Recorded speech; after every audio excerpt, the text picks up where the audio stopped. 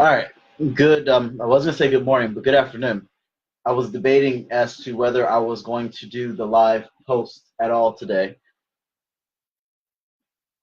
A lot of stuff has been happening. Not so much that I'm feeling negative or anything, but my son, he's been throwing up all over the place, and I've been dealing with a lot of different things, trying to make sure both of my kids are okay. So sometimes anybody who's a parent or anybody that takes care of kids knows that you take care of your kids first. So it's been really tough when you got one child that's sick and up all night, and you're trying to help him and guide him through cleaning up the throw up everywhere, and you're making sure everything is fine, and you're deciding whether or not to take him to the doctor or whether it's just a bug that's going to go away, and all the doctors are closed at the time, and that means that it's a question of whether he needs to go to the emergency room or not. Thankfully, he was feeling better after I did everything I needed to do. So right now he just needs to rest. But it was a long night last night. So I was really debating as to whether I was going to do the post this morning, but right now he's resting in the bed, nuzzled up under his blanket. So between that and the Spartacus project, which is taking a lot of time to do, I was debating as to whether I was going to do the live post even because I had to pull back work. So when I said I was quitting some things, it wasn't that I was quitting the work. I'm still doing some writing. I just had to throttle down on the Marcus Alpha Katana stuff because I'm not receiving funds or views on the other videos. And I know the Spartacus work is really good. Now, the Marcus Alpha Katana, they're going to continue to broadcast. See episode 3, or technically, there's been 4 episodes because it's 1, 2, 3. So technically, the 4th episode, but the first episode was a prelude, so I don't count the prelude. So technically, there's been 4 episodes.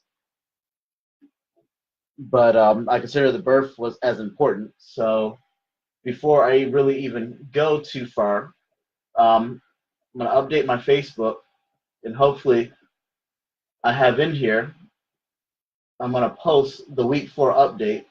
And on the week 4 update, you're going to see some people that I'm wishing happy birthday because the prelude starts at Marcus Alpha Katana's birth. And I want to note that the journals, or the way I wrote Marcus Alpha Katana, was like it's a journal. So these guys are actually going through his journal each week and little journal entries. So some people were saying, well, we don't know the effects of Marcus Alpha Katana after we found out that his mom died. Well, you're not going to know because they're finding pieces of his journal each week. So you're not going to know everything until March. March is when the last journal entry is going to be revealed. So journal entry 0, he talks about his birth or what have you. So in light of that, the post I just posted, I posted up some links. And in those links that I'm getting ready to enter right now,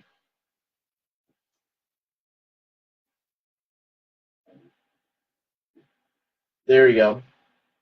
I had some links that were up there, and I just entered it. And I'm gonna put another page where the links are up there. They not only have the prelude, but they also have links where you can go directly to YouTube in this live feed. Now, what I'm going to do is after this live feed, I'm going to post another updated post behind the live feed where you can actually go and go directly to the links.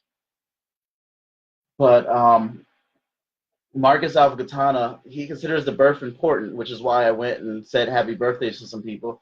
So what I might start doing is I might start finding birthdays of people and wish them happy birthday in these links or what have you as well, because the birthday is really important. Where people are born, who they are, who you are as a person is important, and what you're going to be is important. And that's one of the things that Marcus Alpha Katana brings out. The parent involvement and the involvement of your parents is important, which is another thing that Marcus Alva Katana brings out. So the lessons that he learned from his parents is another key aspect. And the whole point of this character and his character development is that he's learning a lot of things from his parents, even while his parents have died at the beginning. And I'm not going to say how, I'm not going to say the story development. You're going to learn that every story links up to a lesson he learned from his parents.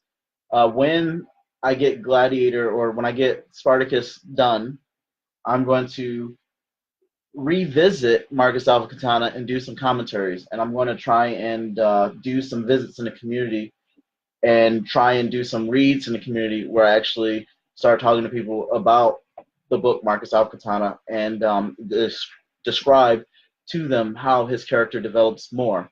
I gave a little bit of a taste, but I had to throttle back because I have to finish Spartacus, and I have to finish the White Queen, I have to finish Lone Shot, and I have to get those protected and get those stories out too, because those are also part of the Marcus Alpha Katana universe. And then I have to get the other journals completed too. So they have to find the other journals, because people are wanting to know what was his father about. And here's a little hint. Spartacus goes over a lot of Greek and Roman history as well, and it asks the question, what if man was immortal? And then people ask questions, well, why didn't God give man the ability to be immortal? But then Marcus Alpha Katana, it talks about a person who learns lessons from his parents and how that development of a mother and father working in a child's life can grow if that child chooses to do the right thing, or trying to do the right thing. He's not perfect, clearly, but he's trying to do the right thing throughout his life. And then another thing that happens is Marcus Alpha Katana, the second journal, it talks about his father, but it's also going to cover some things about African American history. Like it's going to talk a little bit about Black Wall Street, and it's going to talk a little bit about the Black Panthers, and it's going to talk about both the Black Panther comic book and the Black Panther movement and what they actually meant. But then there's going to be the White Queen is going to talk about women's history a little bit, and it's going to start all the way back in Sparta, believe it or not, because there's some interesting notes in Greece going back to Sparta that people would not realize and all. So a lot of these comics are, or these books, they're not going to be comics, they're going to be books. I just don't have an artist, and when I get an artist, I'm going to try and transform them into comics. But a lot of these books are going to go back and talk about different forms of history. I'm going to try and have some books that talk about some different parts of European history, because European history is not just white history, and a lot of people don't understand that. So there's not just one history. There's Spanish history, there's Greek history, there's Roman history, there's Chinese history, there's Japanese history, there's Israeli history, there's Saudi Arabian history, there is African history. And when I say African history, I don't mean black history, I mean African. And when you talk about Africa, you're not just talking about Africa, you're talking about places in Liberia, you're talking about places in South Africa, you're talking about Egypt, you're talking about different places in Middle Eastern areas, and you're talking about Iran, which isn't necessarily Africa, but then you're talking about the Middle Eastern region. So there's different cultures. You're talking about the Philippines. So these different heroes, I can't write more than one, so I'm starting with some of the easier heroes, but different heroes are going to be recruited from different regions. There's even a hero from India and all. So I'm not trying to do a full culture review. I'm trying to start small because I'm one person. But these projects are breaking into different heroes, and the perspective is trying to create role models that people can sink their teeth into. For example, Lone Shot is American heroes, and these heroes, a lot of them are coming back to America, and it's talking about America as a melting pot. And but these role models are just supposed to be called paragons. That's essentially what they are. They're paragons. A few of them are immortals. Some of them are not immortals. Then they're talking about government agencies that are doing things. Then they're talking about different groups that are fighting against another group. So there's a lot going on here, a very huge struggle that I don't want to reveal until you read the story. You have to read the story to hear the struggle that's going on with this. And I know I said too much, so I'm going to stop saying before this. And I'm saying because I'm trying not to reveal the story, and that's not good public speaking. Regardless of that, you have to read the stories. When the other things I'm going to try and do is I'm going to try and publish some small books of poetry as well for encouragement, and I'm going to try and get some devotional stuff out to encourage others. But the key things is to get some things out there to encourage people to press on. There's a lot of stuff that I see in life where there's depressing things going on. So a lot of the focus is to inspire others to push forward. For example, I'm looking at what's going on. There's a recent appointment. Actually, I know what the recent appointment is, so I'm acting like I'm thinking about it, but there isn't really any thought. There's a recent appointment of Nancy Pelosi. I don't like the Democratic or Republican Party. I don't like either party.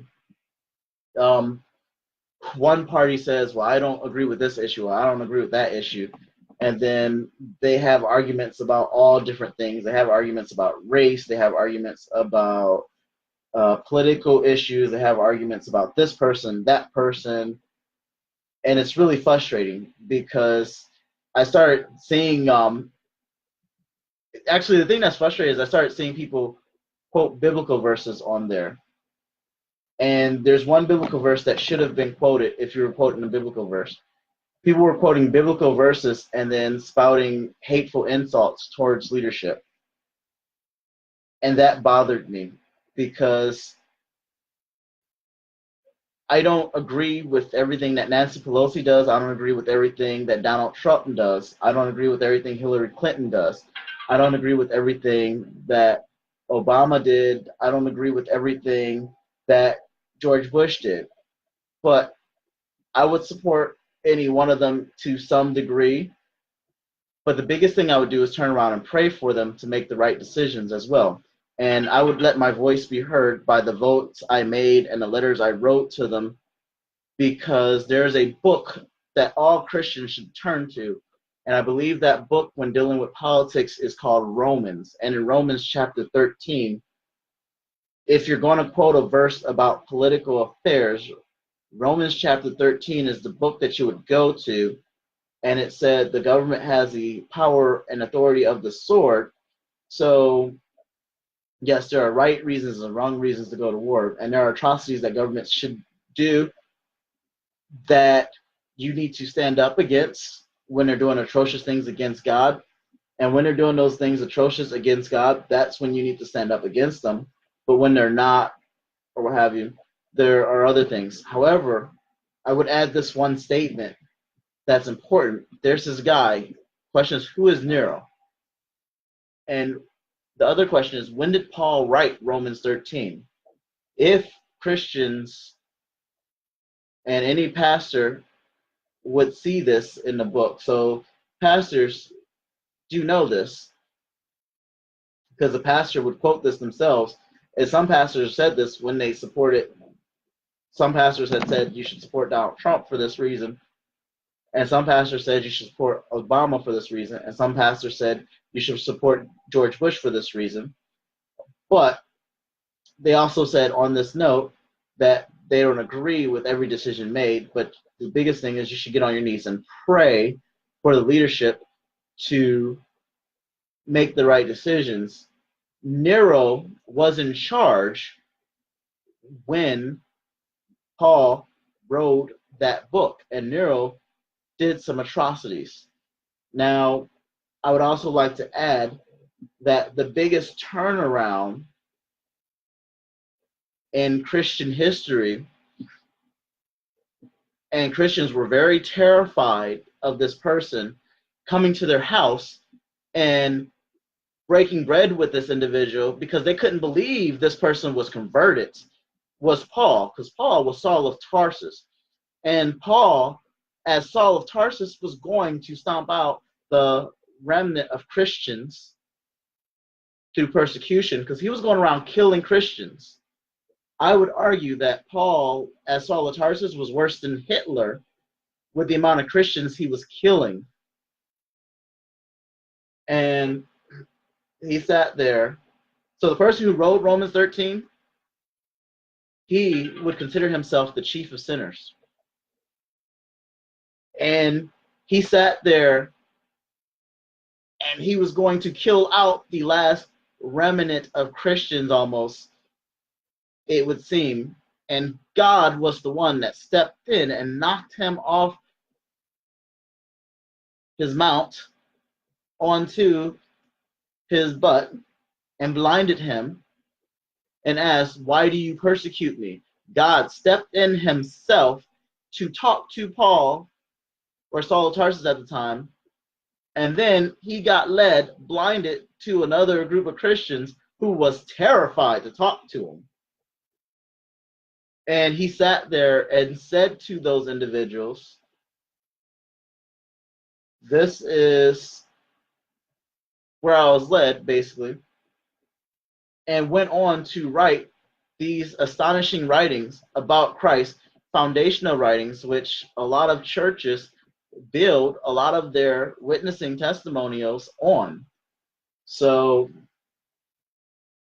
I'm kind of I'm mortified when I see Christians getting all wrapped up in a lot of these political affairs, because I would ask this question: what if the two-party system, what if the racial divide, and what if all these arguments are designed to set people apart and split Americans apart to the point where our American government becomes an anchor where we cannot stand up against a foreign invading army?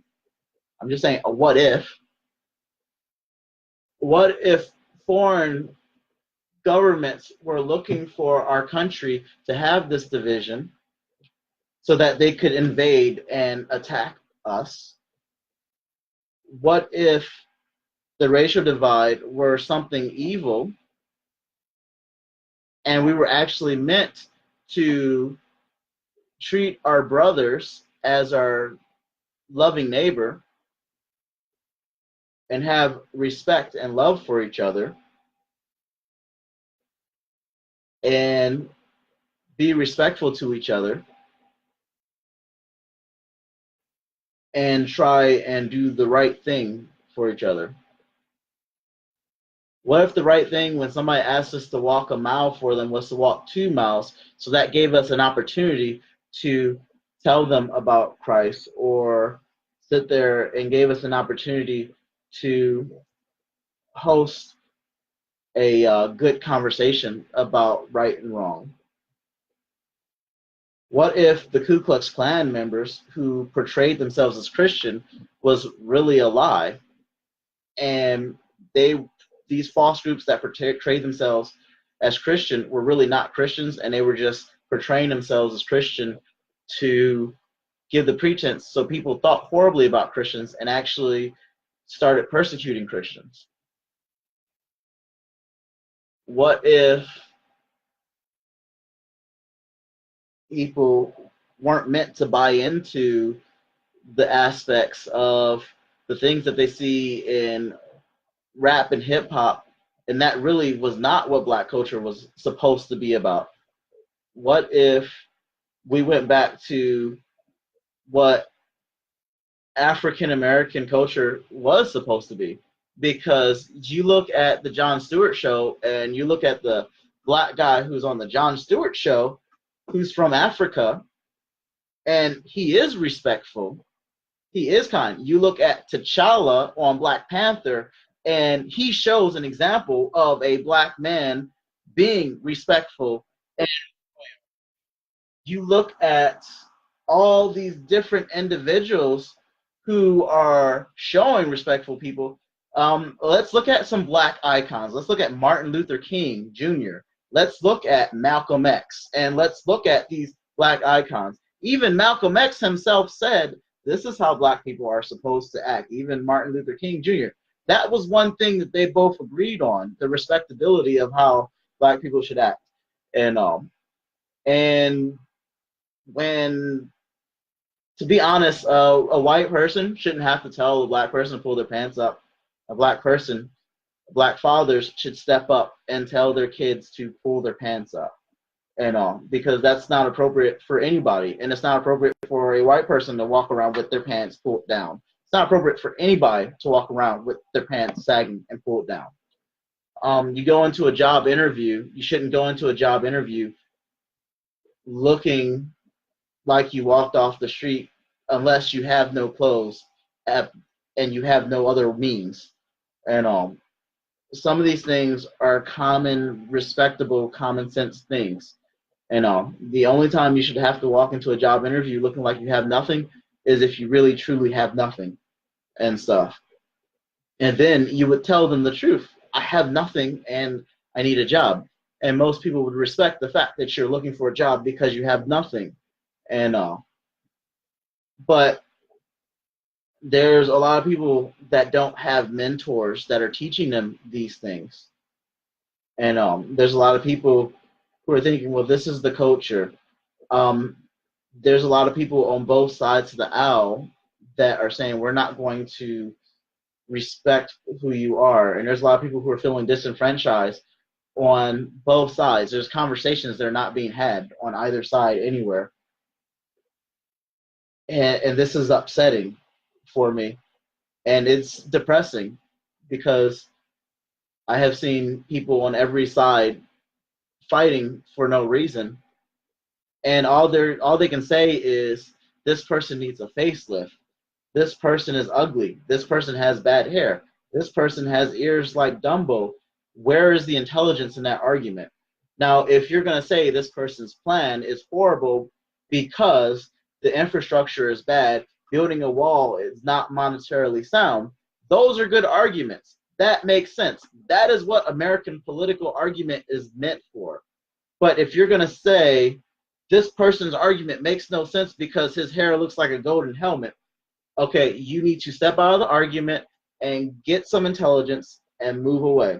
If you're going to say that her speech makes no sense because she's a demon, that makes no sense. But if you're going to say her speech makes no sense because she's employing people off of her emotions and not because they have financial gain or investment towards the conversation, that might make a little more sense.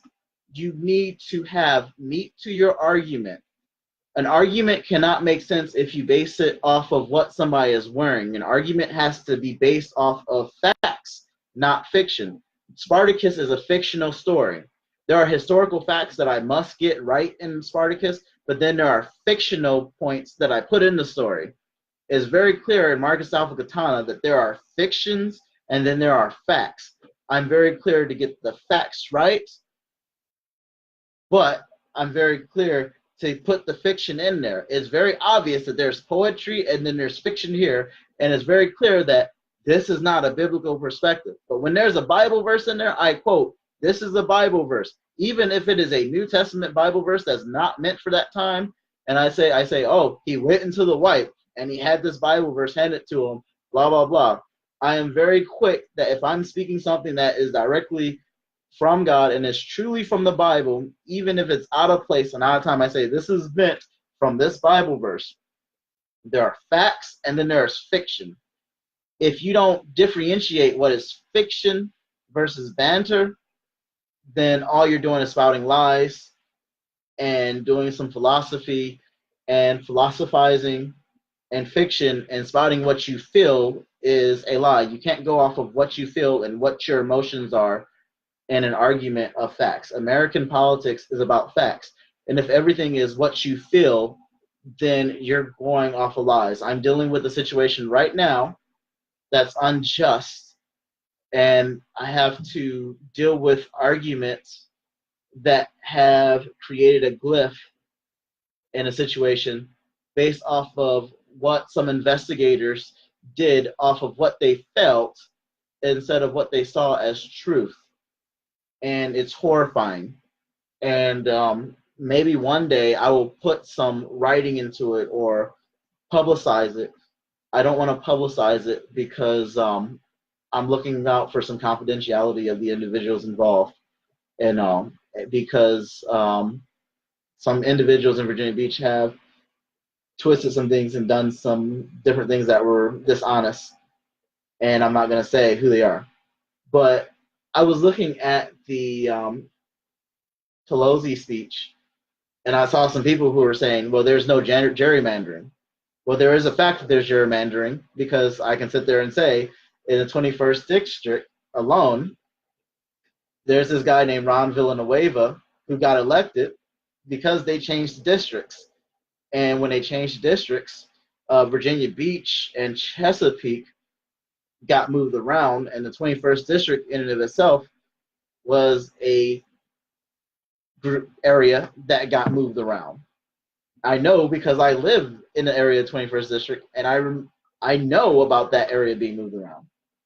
And even with the district moving around, the guy did such a bad job, he got voted out of office and stuff. Or, well, maybe he didn't do a bad job, but I don't know.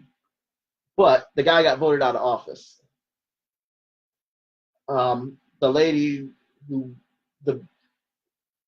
I don't know how it went.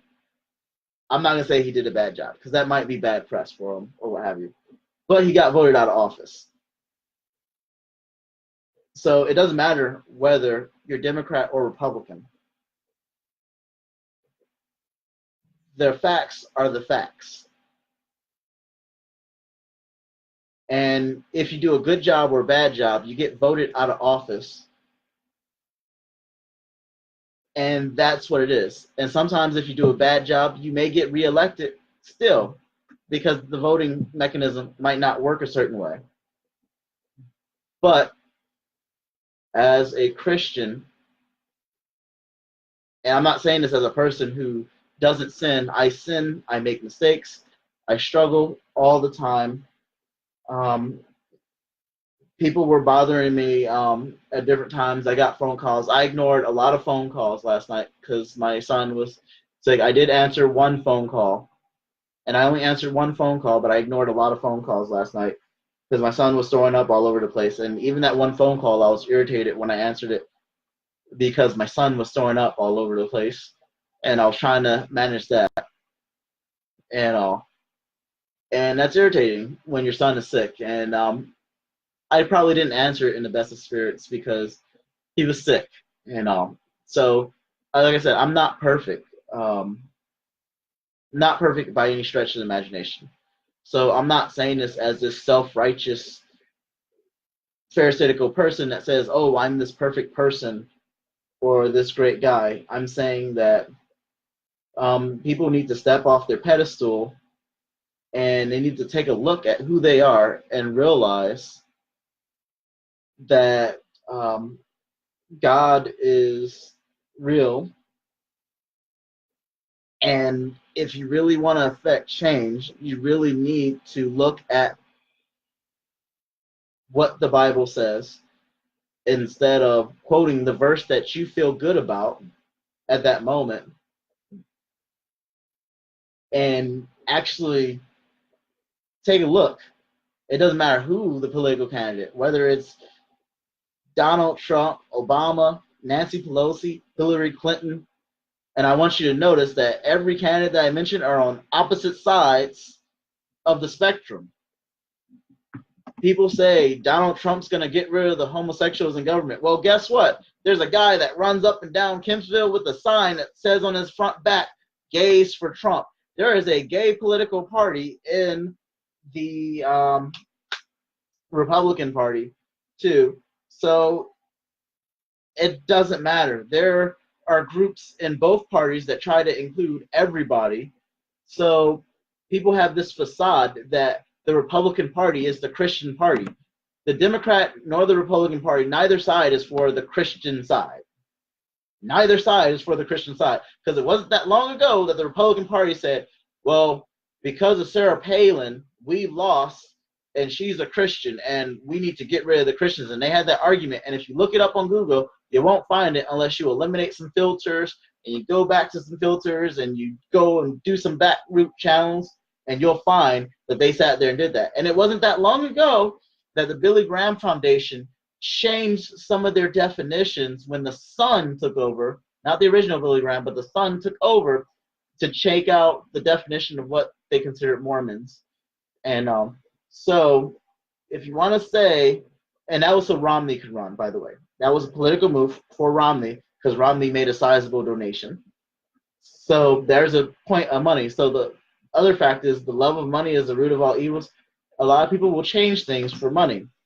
So it wasn't that long ago. That was an Obama-Romney presidential campaign.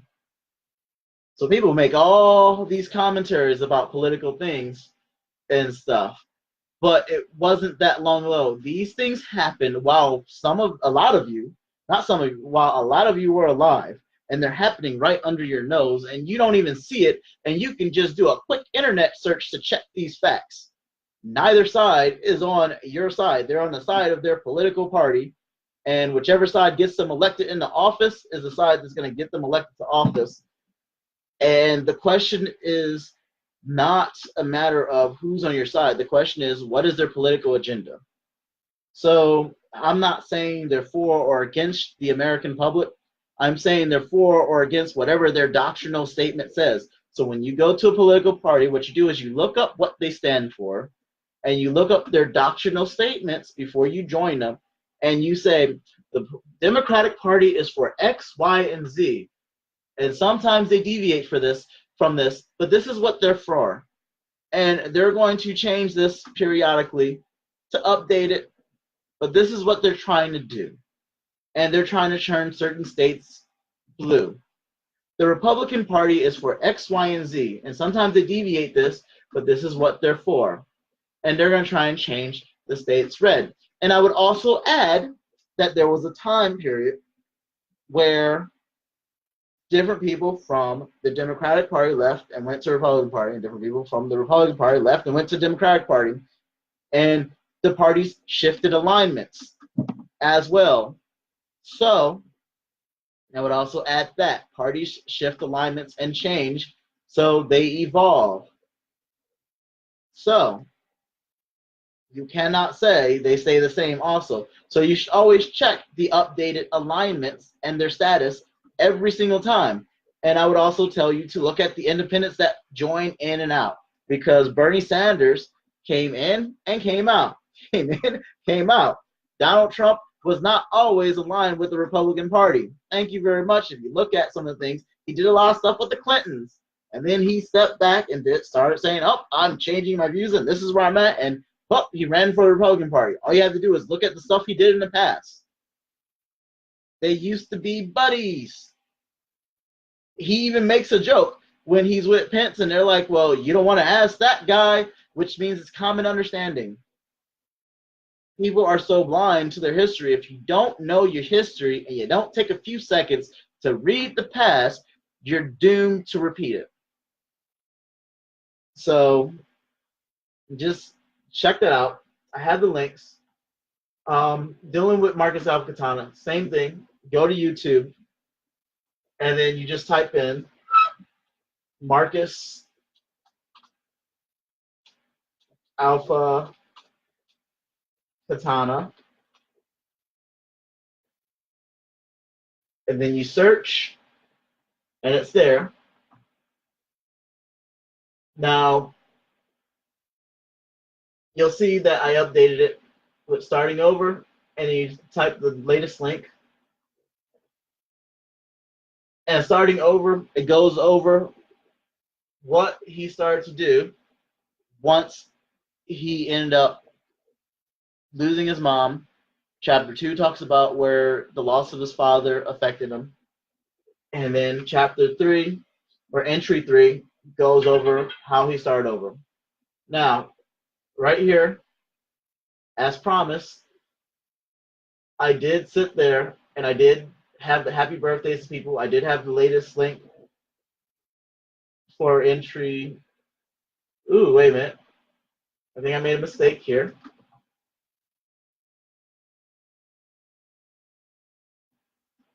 So I need to edit this.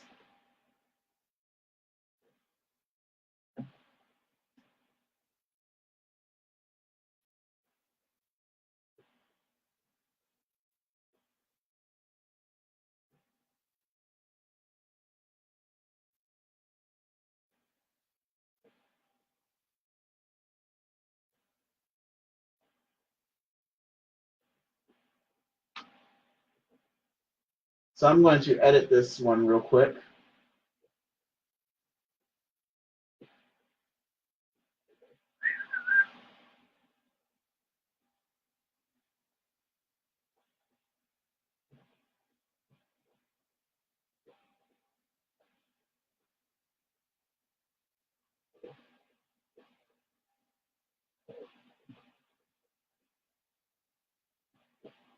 This is supposed to be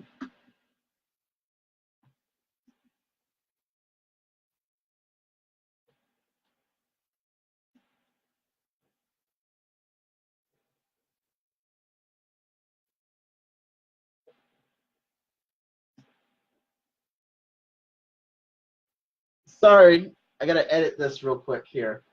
So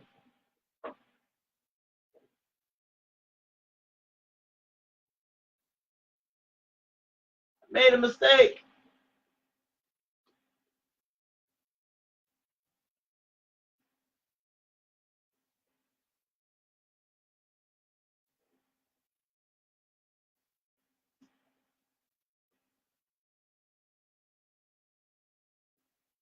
So in any case, I'm gonna go ahead and let you all go while I edit this and make sure this live is updated so it's all correct for you all to be able to see what's right. But just wanted to let you all know to have a nice day and enjoy your Saturday.